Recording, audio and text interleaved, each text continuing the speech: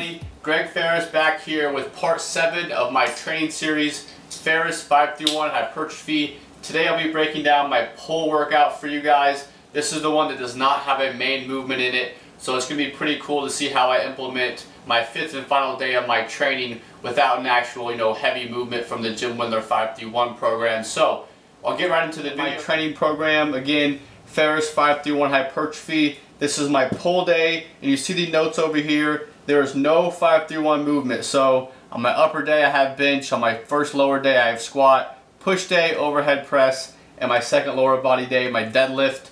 But today there is no 5-1, and with that being said, it is definitely my most flexible, very flexible day for me as far as the exercises that I use. Again, because there's not much set in stone there. Like I said, you can choose to pull, put your deadlift day and your pull day. That makes a lot of sense to me as well. Just as far as the equipment that I have, and work out with my schedule and things, I found that deadlifts are best put for on my lower body day. But again, however you want to set it up, it's up to you. This is really kind of a template.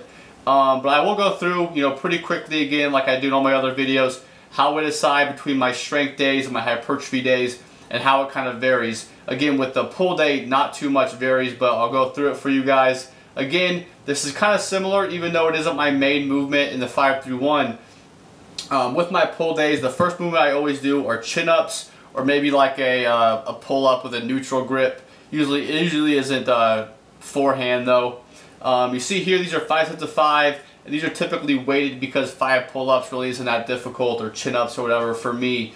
So these will be weighted, and I'll just try to progress with the weight like I would with anything else. So instead of the weight, doing chin-ups with 20-pound resistance, with a belt or something, do it with 30 pounds, next time 35 pounds, so on and so forth. But again, trying to hit 5 sets of 5 there, so again with the strength, it works out pretty well. Then my hypertrophy days, I usually just do 5 sets of 10. 5 sets of 10 is usually pretty difficult for me.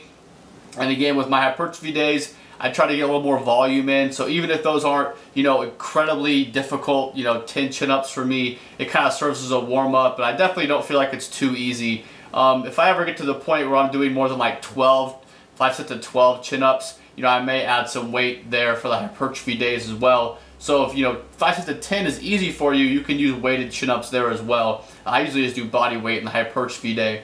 The second movement is going to be a horizontal row on both days. The only difference here is going to be 6 to 8 reps on the strength days and 8 to 12 on the hypertrophy days. The movements really don't change too much. I like the horizontal rows that I like. I have a hammer strength machine at one of the gyms I train at that has a really nice isolateral. This, you could use a barbell row here, dumbbell row. Really doesn't matter, I think, with the differences in the strength hypertrophy days. If anything, on my hypertrophy days, I'm a little more apt to do isolateral movements. So like a dumbbell row instead of a barbell row and things like that. But again, you can also use a dumbbell row in the heavy rep ranges as well. The third movement, again, is just going to be a vertical row. So this is going to be, the first movement is kind of vertical, chin-ups, but this is another one. This is going to work, close grip pull downs, wide grip pull downs, chin-ups, pull-ups, anything like that. This is typically here for me, close grip pull down. That's my favorite vertical row movement. And again, the rep ranges are the same, 6 to 8 on the strength days or 8 to 12 on the hypertrophy days. 3 to 4 sets on both the horizontal and vertical rows. And again, on my hypertrophy days, I'm a little more apt to do isolateral stuff. So maybe like a motor row here for a vertical row, or maybe like a one-arm pull down. It's something like that on the hypertrophy days. I typically wouldn't do like a motor row in the 6 to 8 rep range, so it really wouldn't fit in too well here. The fourth movement is going to be a rear delt movement on both days. It differs a little bit. 3 to 4 sets of about 6 to 12 here, and my rear delt movement on straight days is always face pulls. I'm not a big fan of doing like bent over rear raises or something like that for your rear delts in the lower rep ranges or with heavier weight. So this is always, I wrote down there, face pulls for me, 3 to 4 sets. Face pulls are a great exercise that you don't see a lot of people doing, and there aren't a lot of rear delt movements that I like, but I definitely like the face pulls there. The fourth movement on my hypertrophy day is also going to be a rear delt. My volume's a little bit different. It's 2 to 3 sets, about 10 to 15. So again, higher rep ranges on the hypertrophy days. You guys probably understand that by now. But this can be, you know, sometimes I'll do face pulls here, but sometimes I'll also do like a machine rear delt fly, like a reverse chest fly, whatever those machines are called, or even like a dumbbell, you know, bent over raise for the rear delts. If I'm going to do a movement like that, it's going to be the 10 to 15 rep range anyway, so I'll throw those in there as well. But I would say probably about 75% of the time, my only rear delt movement is was face pulls. I really like those. You can do those in the higher and lower rep ranges, to be honest with you. So that's pretty much all the, you know, the back work, the first 3 movements. The 4th movement is usually a rear delt. And then the 5th and 6th movement on both days is going to be bicep movements. And they don't differ too much from the strength to hypertrophy days. I just have down curl and curl for my 5th and 6th exercise. The only difference is the first curl is usually going to be involving both of my arms at the same time. So this can be like a short barbell curl, a regular barbell curl, easy bar curl, you know, something where I can obviously use both of my arms at the same time. I do a little bit more, you know, heavy stuff here, so 3 to 5 sets, about 5 to 8 there, or on the hypertrophy days, 3 to 4 sets, about 8 to 12. I'll throw in here, you can also add like a single arm dumbbell curl here.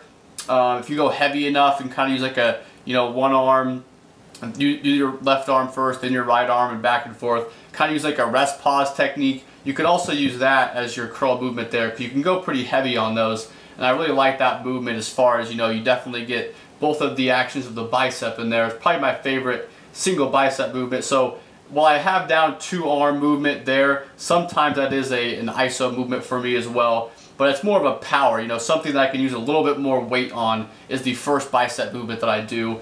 Typically you're going to use 2 arms, like I said. So, and then the 6th movement is just another curl, but I have down written iso. So what I mean by that, this would be like a hammer curl where I'm working each arm isolaterally.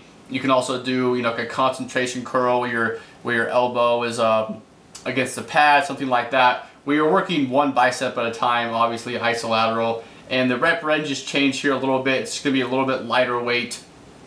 Here I have 3 sets of 8 to 12 on my strength days, and 2 to 3 sets of 10 to 15 on my hypertrophy days. So that's pretty much the split, guys. You see you have 3 movements for the back, 3 main movements for the back, 1 isolateral or 1 rear delt movement on each days, and then 2 bicep movements. You see my my volume kind of goes hand in hand with how big the body parts are. Obviously I have a little bit more volume for my back and a little bit less volume for my biceps. But a pull day essentially is a back and bicep day for most people that don't follow a traditional, you know, push-pull lower split kind of a thing.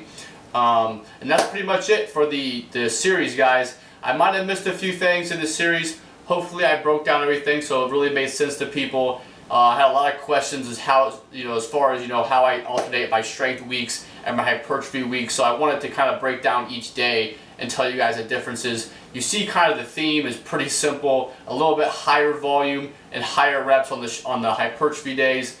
Then the reps are a little bit lower, you know, more heavy weight, more compound movements and things like that on the strength days. But you also see there's a lot of similarities. You know, I still do a chin, horizontal row, vertical row, and 2 bicep movements. You know, you see the same thing with a lot of the strength, the hypertrophy days. Some of the movements change, some of them don't. That's why I wanted to kind of break it down for everybody. So this is the 7th video in this series. It's getting pretty long, guys. Hopefully everyone's liking it. My 8th and final video will just be really quickly me talking about how I progress with my assistance work. Like today I have, you know, 3 to 4 sets of 6 to 8 on a horizontal row. So, you know, if the horizontal row is a 1-arm dumbbell row, how do I know if I'm using a 70-pound dumbbell when to go up to the 75s and vice versa and all of that stuff. So be on the lookout for the 8th and final video of this series, guys. Again, like always, like the video if you liked it. Make sure you subscribe to my channel. I'm getting close to 500 subscribers, which is going to be a huge milestone for me. So thank you to all my subscribers. And that's pretty much all I have, guys. So take care, and I'll have more good stuff coming soon.